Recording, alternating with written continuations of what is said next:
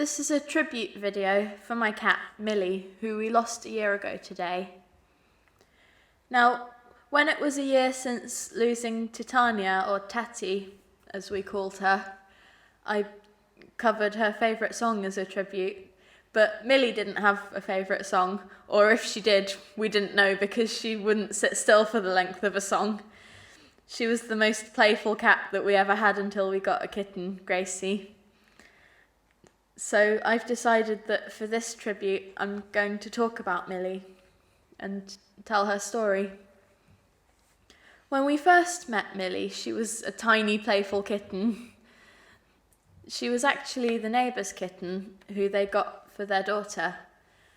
But she loved to play with Oberon, or Obi as we called him, one of our cats. She often visited our garden and sometimes even came in the boat. We live on a houseboat.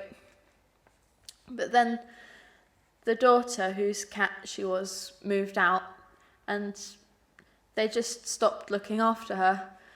They hardly let her on the boat. They didn't feed her or brush her. And she was a really fluffy cat.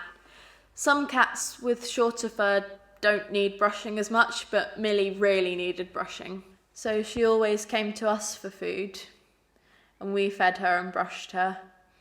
And Millie and us, basically we just kind of adopted each other. Then we spoke to the neighbours and asked if that was all right. And they said that one of their sons was allergic to cats. Kind of came out of nowhere. But even if we give them the benefit of the doubt and say that it's true, that's no excuse for basically abandoning her. We officially adopted her when they moved away. And now we've got neighbours who are always kind to our cats. They loved Millie. She often visited their garden.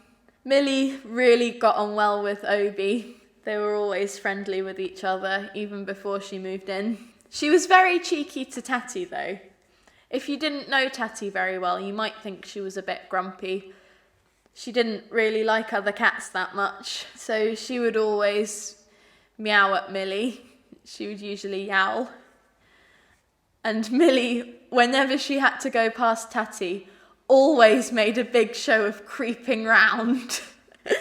And of course that would get Tatty even more annoyed, and she'd yowl at Millie even more. Millie, as I said, was very playful. She was like a kitten all her life. Whenever I knitted, she would always attack the wool. She liked to sit on clean clothes. You couldn't leave clean washing or a cardboard box anywhere without Millie being sat in it within the minute.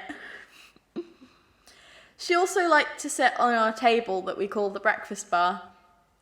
Cats are not allowed on the breakfast bar. Did that stop Millie? No. We were always having to take her off the breakfast bar. And she just got back on. But she loved cuddles. She would come and sit on you. If you were holding your phone or a book, she would just sit on that so that you had to pay attention to her instead.